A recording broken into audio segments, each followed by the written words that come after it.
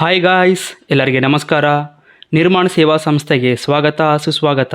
ನಾನು ನಿಮ್ಮ ಇಸಾಕ್ ರಾಜ್.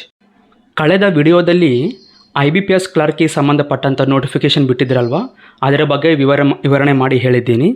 ಅಂದರೆ ಸ್ಟಾರ್ಟಿಂಗ್ ಡೇಟ್ ಯಾವಾಗ, ಎಂಡಿಂಗ್ ಡೇಟ್ ಯಾವಾಗ, ಫೀಸ್ ಎಷ್ಟಿದೆ, ಎಜುಕೇಷನ್ ಕ್ವಾಲಿಫಿಕೇಷನ್ ಏನು, ಎಕ್ಸಾಮ್ ಪ್ಯಾಟರ್ನ್, ಎಷ್ಟು ಪ್ರಶ್ನೆಗಳಿರುತ್ತೆ, ಕಾಲಾವಕಾಶ ಎಷ್ಟು, ಈ ರೀತಿಯಾಗಿ ಎಲ್ಲ ಸಂಪೂರ್ಣವಾಗಿ ವಿವರಣೆ ಮಾಡಿ ಹೇಳಿದ್ದೀನಿ. ಇಂದಿನ ಈ ವಿಡಿಯೋದಲ್ಲಿ IBPS ಕ್ಲರ್ಕಿಗೆ ಸಂಬಂಧಪಟ್ಟಂಥ ಪ್ರಿಲಿಮ್ಸ್ ಮತ್ತು ಮೇನ್ಸ್ನ ಸಿಲೆಬಸ್ಸನ್ನು ನಾವು ನೋಡಿಕೊಳ್ಳೋಣ. ಕಳೆದ ವಿಡಿಯೋದಲ್ಲಿ ಪಾರ್ಟಿಸಿಪೇಟಿಂಗ್ ಬ್ಯಾಂಕ್ಸ್ ಅಂತೇಳಿ 11 ಬ್ಯಾಂಕ್ಗಳ ಹೆಸರು ಹೇಳಿದ್ದೆ ಅಲ್ವಾ. ಆ 11 ಬ್ಯಾಂಕ್ಗಳಲ್ಲಿ 6128 ಖಾಲಿ ಹುದ್ದೆಗಳಿವೆ.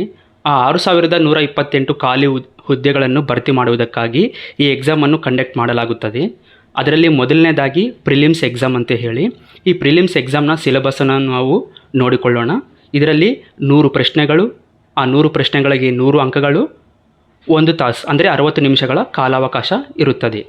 ಈ ಸಿಲೆಬಸ್ಸನ್ನು ನಾವು ನೋಡಿಕೊಳ್ಳುವ ಹಾಗೆ, ಮೊದಲನೇದಾಗಿ ಇಂಗ್ಲೀಷ್ ಲ್ಯಾಂಗ್ವೇಜ್ ಫಸ್ಟ್ ಒನ್, ಅದರಲ್ಲಿ ರೀಡಿಂಗ್ ಕಾಂಪ್ರಹೆನ್ಷನ್. ಎರಡನೇದಾಗಿ ಕ್ಲೋಸ್ ಟೆಸ್ಟ್.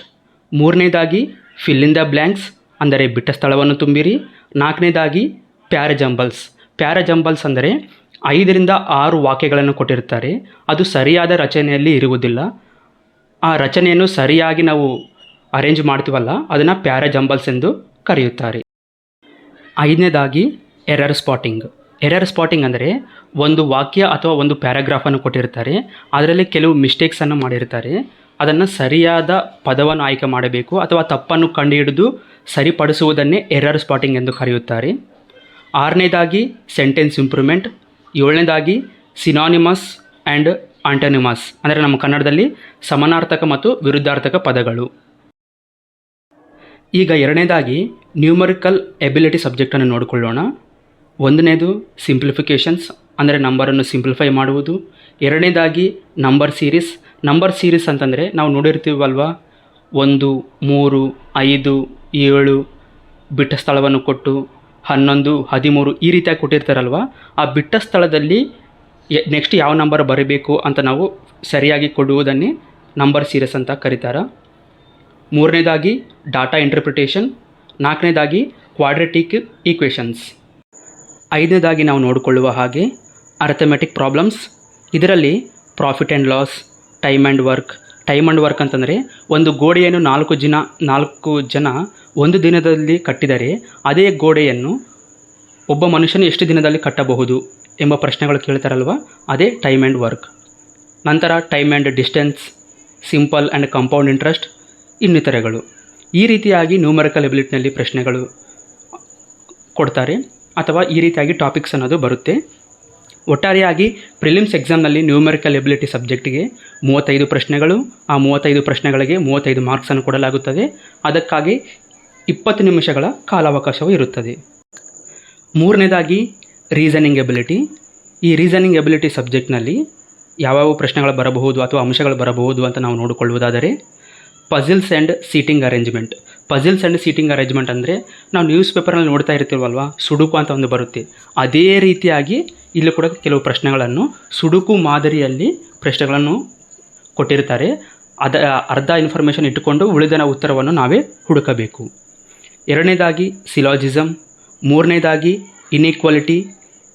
ನಾಲ್ಕನೇದಾಗಿ ಕೋಡಿಂಗ್ ಆ್ಯಂಡ್ ಡಿಕೋಡಿಂಗ್ ಅಂದರೆ ಮೊದಲನೇದಾಗಿ ಆ್ಯಪಲ್ ಅಂತ ಕೊಟ್ಟು ಅದಕ್ಕೆ ವಿರುದ್ಧವಾಗಿ ELPPA ಅಂತ ಕೊಟ್ಟಿರ್ತಾರೆ, ಇದು ಕೋಡಿಂಗ್. ಎರಡನೇ ಉದಾಹರಣೆಯಾಗಿ ಬ್ಯಾಟ್ ಅಂತ ಕೊಟ್ಟಿರ್ತಾರೆ, ಅದಕ್ಕೆ ವಿರುದ್ಧವಾಗಿ TAB ಅಂತ ಕೊಟ್ಟಿರ್ತಾರೆ. ಮೂರನೇದಾಗಿ ಒಂದು ಪ್ರಶ್ನೆ ಕೊಡ್ತಾರೆ, ಕ್ಯಾಟ್ ಅಂತ ಕೊಟ್ಟು ಅದಕ್ಕೆ ಕ್ವಶನ್ ಮಾರ್ಕ್ ಕೊಟ್ಟಿರ್ತಾರೆ. ಆ ಮೇಲಿನ 2 ಉದಾಹರಣೆಗಳು ಕೋಡಿಂಗ್ ಆಗಿದ್ದರೆ, ಮೂರನೇದಾಗಿ ಕ್ಯಾಟ್ ಅಂತ ಕೊಟ್ಟು ಕ್ವಶನ್ ಮಾರ್ಕ್ ಕೊಟ್ಟಿರ್ತಾರಲ್ವ, ಆ ಮೇಲಿನ ಉದಾಹರಣೆಯನ್ನೇ ಇಟ್ಟುಕೊಂಡು ನಾವು ಡಿಕೋಡ್ ಮಾಡಬೇಕು. ಇದೇ ಕೋಡಿಂಗ್ ಆ್ಯಂಡ್ ಡಿಕೋಡಿಂಗ್. ಐದನೇದಾಗಿ ಬ್ಲಡ್ ರಿಲೇಷನ್ಸ್ ಅಂತಂದರೆ ನಾವು ಕೆಲವು ಪ್ರಶ್ನೆಗಳು ನೋಡಿರ್ತೀವಿ. ಒಂದು ಗೋಡೆ ಮೇಲೆ ಫೋಟೋ ಇರುತ್ತೆ, ಆ ಫೋಟೋದಲ್ಲಿ ಅಜ್ಜಿ ಇರ್ತಾಳೆ. ಆ ಅಜ್ಜಿಯ ಮೊಮ್ಮಗನ, ತಮ್ಮನ, ಹೆಂಡತಿಯ, ಗಂಡನ, ಬಾಮೈದನ, ಸೊಸೆಯ, ಮಗನು ನಾನು, ಈಗ ಹೇಳಿ ನನಗೂ ಆ ಅಜ್ಜಿಗೂ ಯಾವ ಸಂಬಂಧವಿದೆ ಅಥವಾ ಯಾವ ರೀತಿಯ ರಿಲೇಷನ್ಶಿಪ್ ಇದೆ ಅಂತ ಪ್ರಶ್ನೆ ಕೇಳ್ತಾರಲ್ವ, ಅದನ್ನೇ ಬ್ಲಡ್ ರಿಲೇಷನ್ಸ್ ಅಂತ ಹೇಳಿ ಕರೀತಾರೆ.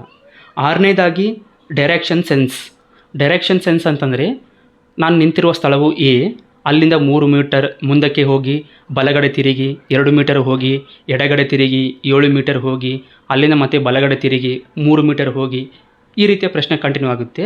ನಾನೊಂದು ಸ್ಥಳದಲ್ಲಿ ನಿಂತಿದ್ದೇನೆ, ನಾನು ನಿಂತಿರುವ ಸ್ಥಳವು ಬಿ. ಈಗ ಹೇಳಿ ಎ ಎಂಬ ಸ್ಥಳದಿಂದ ಬಿ ಎಂಬ ಸ್ಥಳಕ್ಕೂ ಯಾವ ದಿಕ್ಕಿನಲ್ಲಿದ್ದೇನೆ ಅಥವಾ ಎಷ್ಟು ಮೀಟರ್ ದೂರದಲ್ಲಿ ಇದ್ದೇನೆ ಎಂಬುದಾಗಿ ಈ ರೀತಿಯ ಪ್ರಶ್ನೆಗಳು ಕೇಳ್ತಾರಲ್ವ, ಅದನ್ನು ಡೈರೆಕ್ಷನ್ ಸೆನ್ಸ್ ಅಂತೇಳಿ ಕರೀತಾರೆ. 7ನೇದಾಗಿ ಆರ್ಡರ್ ಆ್ಯಂಡ್ ರ್ಯಾಂಕಿಂಗ್. 8ನೇದಾಗಿ ಆಲ್ಫಾ ನ್ಯೂಮರಿಕ್ ಸೀರೀಸ್ ಅಂತ ಏನು ಅಂತ ನಾವು ನೋಡಿಕೊಳ್ಳುವುದಾದರೆ ABCD ಅಂತೇಳಿ ಸೀರೀಸ್ ಕೊಡ್ತಾರೆ, 1 2 3 ಅಂತೇಳಿ ಕೂಡ ಸೀರೀಸ್ ಕೊಡ್ತಾರೆ. ಇವೆರಡೂ ಮಿಕ್ಸ್ ಮಾಡಿಕೊಂಡು ಒಂದು ಸೀರೀಸ್ ಆಗಿ ಕಂಟಿನ್ಯೂ ಆಗಿ ಕೊಡ್ತಾರೆ. ಮಧ್ಯದಲ್ಲಿ ಎಲ್ಲಾದರೂ ಒಂದು ಬಿಟ್ಟ ಸ್ಥಳವನ್ನು ಕೊಟ್ಟು ಆ ಸೀರೀಸ್ ಪ್ರಕಾರ, ಆ ಸೀರಿಯಲ್ ಪ್ರಕಾರ ಆ ಬಿಟ್ಟ ಸ್ಥಳದಲ್ಲಿ ಯಾವ ನಂಬರ್ ಬರುತ್ತೆ ಅಥವಾ ಯಾವ ಸ್ಪೆಲ್ಲಿಂಗ್ ಬರುತ್ತೆ ಅಂತೇಳಿ ಪ್ರಶ್ನೆಯನ್ನು ಕೇಳ್ತಾರೆ. ಇದನ್ನು ಆಲ್ಫಾ ನ್ಯೂಮರಿಕ್ ಸೀರೀಸ್ ಅಂತೇಳಿ ಕರೆಯಬಹುದು. ಇಲ್ಲಿವರೆಗೆ ನಾವು ಪ್ರಿಲಿಮ್ಸ್ ಎಕ್ಸಾಮ್ಗೆ ಸಂಬಂಧಪಟ್ಟಂತೆ ಸಿಲೆಬಸ್ಸನ್ನು ನೋಡಿಕೊಂಡಿದ್ದೇವೆ. ಆ ಪ್ರಿಲಿಮ್ಸ್ ಎಕ್ಸಾಮ್ನಲ್ಲಿ 100 ಪ್ರಶ್ನೆಗಳನ್ನು ಕೊಟ್ಟು ಅದಕ್ಕೆ 100 ಅಂಕಗಳನ್ನು ಫಿಕ್ಸ್ ಮಾಡಲಾಗಿದೆ. ಅದಕ್ಕಾಗಿ 60 ನಿಮಿಷಗಳ ಕಾಲಾವಕಾಶವನ್ನು ನಿಗದಿಪಡಿಸಲಾಗಿದೆ. ಈಗ ಮೇನ್ ಎಕ್ಸಾಮ್ಗೆ ಸಂಬಂಧಪಟ್ಟಂತೆ ಸಿಲೆಬಸ್ಸನ್ನು ನೋಡಿಕೊಳ್ಳೋಣ. ಮೇನ್ ಎಕ್ಸಾಮಿನೇಷನ್ಗೆ ಸಂಬಂಧಪಟ್ಟಂತೆ 5 ಸಬ್ಜೆಕ್ಟನ್ನು ಕೊಡಲಾಗಿದ್ದು 190 ಪ್ರಶ್ನೆಗಳನ್ನು ಕೊಟ್ಟಿರ್ತಾರೆ. ಅದಕ್ಕೆ 200 ಅಂಕಗಳನ್ನು ನಿಗದಿಪಡಿಸಲಾಗಿದ್ದು ಈ 190 ಪ್ರಶ್ನೆಗಳಿಗೆ 160 ನಿಮಿಷಗಳ ಕಾಲಾವಕಾಶವನ್ನು ನಿಗದಿಪಡಿಸಲಾಗಿದೆ. ಮೇನ್ಸ್ ಎಕ್ಸಾಮ್ಗೆ ಸಂಬಂಧಪಟ್ಟಂತೆ ಸಿಲೆಬಸ್ಸನ್ನು ನಾವು ನೋಡಿಕೊಳ್ಳುವುದಾದರೆ ಮೊದಲನೇ ಸಬ್ಜೆಕ್ಟ್ ಆಗಿ ಜನರಲ್ ಆರ್ ಫೈನಾನ್ಷಿಯಲ್ ಅವೇರ್ನೆಸ್. ಇದರಲ್ಲಿ ಮೊದಲನೇ ಟಾಪಿಕ್ ಕರೆಂಟ್ ಅಫೇರ್ಸ್ ಅಂದರೆ ಪ್ರಚಲಿತ ಘಟನೆಗಳು. ಕಳೆದ 6 ತಿಂಗಳ ಪ್ರಚಲಿತ ಘಟನೆಗಳನ್ನು ಚೆನ್ನಾಗಿ ಸ್ಟಡಿ ಮಾಡಿ ಗಾಯ್ಸ್. 2ನೇದಾಗಿ ಬ್ಯಾಂಕಿಂಗ್ ಅವೇರ್ನೆಸ್. ಬ್ಯಾಂಕಿಂಗ್ಗೆ ಸಂಬಂಧಪಟ್ಟಂತೆ ಏನೇ ನ್ಯೂಸ್ ಬಂದರೂ ಕೂಡ ಅದನ್ನು ಚೆನ್ನಾಗಿ ಸ್ಟಡಿ ಮಾಡಿ. 3ನೇದಾಗಿ ಫೈನಾನ್ಷಿಯಲ್ ಅವೇರ್ನೆಸ್. 4ನೇದಾಗಿ static GK. General or financial ಅವೇರ್ನೆಸ್ಗೆ ಸಂಬಂಧಪಟ್ಟಂತೆ ಮೇನ್ಸ್ ಎಕ್ಸಾಮ್ನಲ್ಲಿ 50 ಪ್ರಶ್ನೆಗಳನ್ನು ಕೊಟ್ಟು ಅದಕ್ಕೆ 50 ಮಾರ್ಕ್ಸನ್ನು ಫಿಕ್ಸ್ ಮಾಡಲಾಗಿದೆ. ಅದಕ್ಕಾಗಿ 35 ನಿಮಿಷಗಳ ಕಾಲಾವಕಾಶವನ್ನು ನಿಗದಿಪಡಿಸಲಾಗಿದೆ. ಈಗ 2ನೇ ಸಬ್ಜೆಕ್ಟ್ ಆಗಿ ಜನರಲ್ ಇಂಗ್ಲೀಷನ್ನು ನೋಡಿಕೊಳ್ಳೋಣ. ಅದರಲ್ಲಿ ಯಾವ ಟಾಪಿಕ್ ಕವರ್ ಆಗುತ್ತೆ ಅಂದರೆ ರೀಡಿಂಗ್ ಕಾಂಪ್ರಿಹೆನ್ಷನ್, ವೊಕ್ಯಾಬ್ಯುಲರಿ, ಗ್ರಾಮರ್ ಮತ್ತು ವರ್ಬಲ್ ಎಬಿಲಿಟಿ.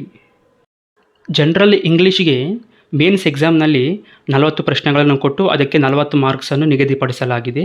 ಒಟ್ಟಾರೆಯಾಗಿ 35 ನಿಮಿಷಗಳ ಕಾಲಾವಕಾಶವನ್ನು ಕೊಡಲಾಗಿದೆ. ಈಗ 3ನೇ ಸಬ್ಜೆಕ್ಟ್ ಆಗಿ ನಾವು ನೋಡಿಕೊಳ್ಳುವುದಾದರೆ ರೀಸನಿಂಗ್ ಎಬಿಲಿಟಿ ಮತ್ತು ಕಂಪ್ಯೂಟರ್ ಆ್ಯಪ್ಟಿಟ್ಯೂಡ್. ಇವೆರಡು ಕೂಡ ಡಿಫ್ರೆಂಟ್ ಸಬ್ಜೆಕ್ಟ್ ಆಗಿದ್ದು ಮಿಕ್ಸ್ ಮಾಡಿ ಕೊಡಲಾಗುತ್ತದೆ. ಇದರಲ್ಲಿ ಟಾಪಿಕ್ಸನ್ನು ನಾವು ನೋಡಿಕೊಳ್ಳುವುದಾದರೆ first one puzzles and seating arrangement. 2ನೇದಾಗಿ ಡಾಟಾ ಸಫಿಷಿಯನ್ಸಿ. 3ನೇದಾಗಿ ಲಾಜಿಕಲ್ ರೀಸನಿಂಗ್. 4ನೇದಾಗಿ ಇನ್ಪುಟ್ ಆ್ಯಂಡ್ ಔಟ್ಪುಟ್. 5ನೇದಾಗಿ ಕೋಡಿಂಗ್ ಆ್ಯಂಡ್ ಡಿಕೋಡಿಂಗ್. 6ನೇದಾಗಿ ಬ್ಲಡ್ ರಿಲೇಷನ್ಸ್. 7ನೇದಾಗಿ ಕಂಪ್ಯೂಟರ್ ಫಂಡಮೆಂಟಲ್ಸ್. 8ನೇದಾಗಿ ಇಂಟರ್ನೆಟ್. 9ನೇದಾಗಿ MS ಆಫೀಸ್. 10ನೇದಾಗಿ ನೆಟ್ವರ್ಕಿಂಗ್. ರೀಸನಿಂಗ್ ಎಬಿಲಿಟಿ ಮತ್ತು ಕಂಪ್ಯೂಟರ್ ಆ್ಯಪ್ಟಿಟ್ಯೂಡ್ ಸಬ್ಜೆಕ್ಟ್ಗೆ ಮೇನ್ಸ್ ಎಕ್ಸಾಮ್ನಲ್ಲಿ 50 ಪ್ರಶ್ನೆಗಳಿಗೆ 60 ಮಾರ್ಕ್ಸನ್ನು ಕೊಟ್ಟು 45 ನಿಮಿಷಗಳ ಕಾಲಾವಕಾಶವನ್ನು ನಿಗದಿಪಡಿಸಲಾಗಿದೆ. ಮೇನ್ಸ್ ಎಕ್ಸಾಮಿನೇಷನ್ ಸಿಲೆಬಸ್ನಲ್ಲಿ ಕೊನೆಯ ಸಬ್ಜೆಕ್ಟ್ ಆಗಿ ಕ್ವಾಂಟಿಟೇಟಿವ್ ಆ್ಯಪ್ಟಿಟ್ಯೂಡ್ ಇದೆ. ಕ್ವಾಂಟಿಟೇಟಿವ್ ಆ್ಯಪ್ಟಿಟ್ಯೂಡ್ ಅಂದರೆ ಮತ್ಯಾವುದೂ ಅಲ್ಲ, ಗಣಿತ ಸಬ್ಜೆಕ್ಟ್. ಈ ಸಬ್ಜೆಕ್ಟ್ನಲ್ಲಿ ಬರುವಂಥ ಅಂಶಗಳನ್ನು ನಾವು ನೋಡಿಕೊಳ್ಳುವುದಾದರೆ ಮೊದಲನೇದಾಗಿ ಡಾಟಾ ಇಂಟರ್ಪ್ರಿಟೇಷನ್.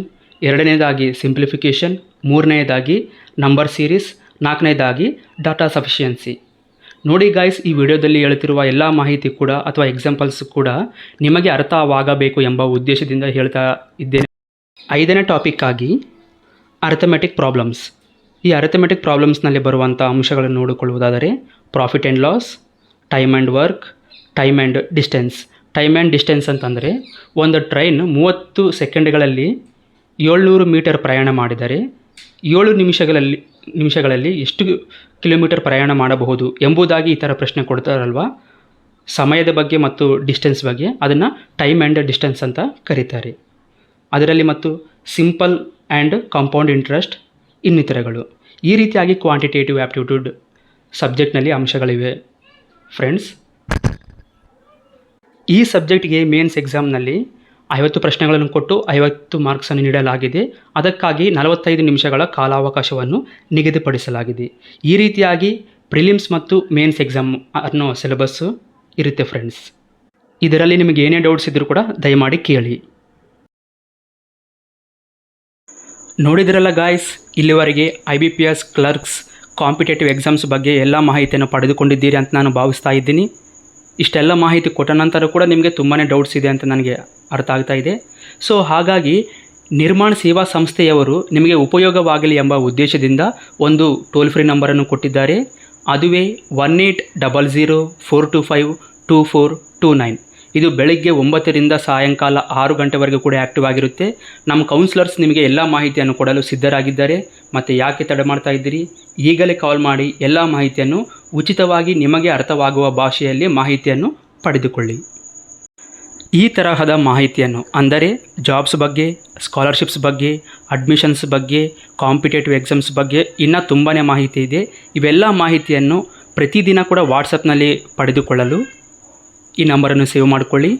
9154080273 ಈ ನಂಬರನ್ನು ಸೇವ್ ಮಾಡಿಕೊಂಡು ವಾಟ್ಸಪ್ನಲ್ಲಿ ಹಾಯ್ ಎಂದು ಮೆಸೇಜ್ ಮಾಡಿ. ನಿಮಗೆ ಉಚಿತವಾಗಿ ಮಾಹಿತಿಯನ್ನು ಕೊಡಲಾಗುತ್ತದೆ. ಈ ತರಹದ ಮಾಹಿತಿಯ ಅಪ್ಡೇಟ್ಸ್ಗಾಗಿ like the video, comment your opinion, share this video to your friends and family, and finally subscribe Nirmana Vidya helpline Kannada YouTube channel. Thanks for watching. Take care.